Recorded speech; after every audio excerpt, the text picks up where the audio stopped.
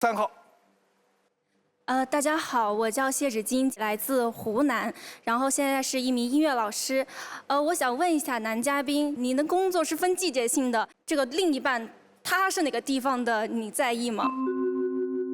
其实不是很在意，因为本身我就是2个地方来回跑嘛，跟另一半也可以一起去旅游，也就可以见面。另一半必须接受你是2地跑的这种。如果我特别喜欢一个人的话，我选择工作可能会更倾向于那个人的城市。最后一个问题，4号。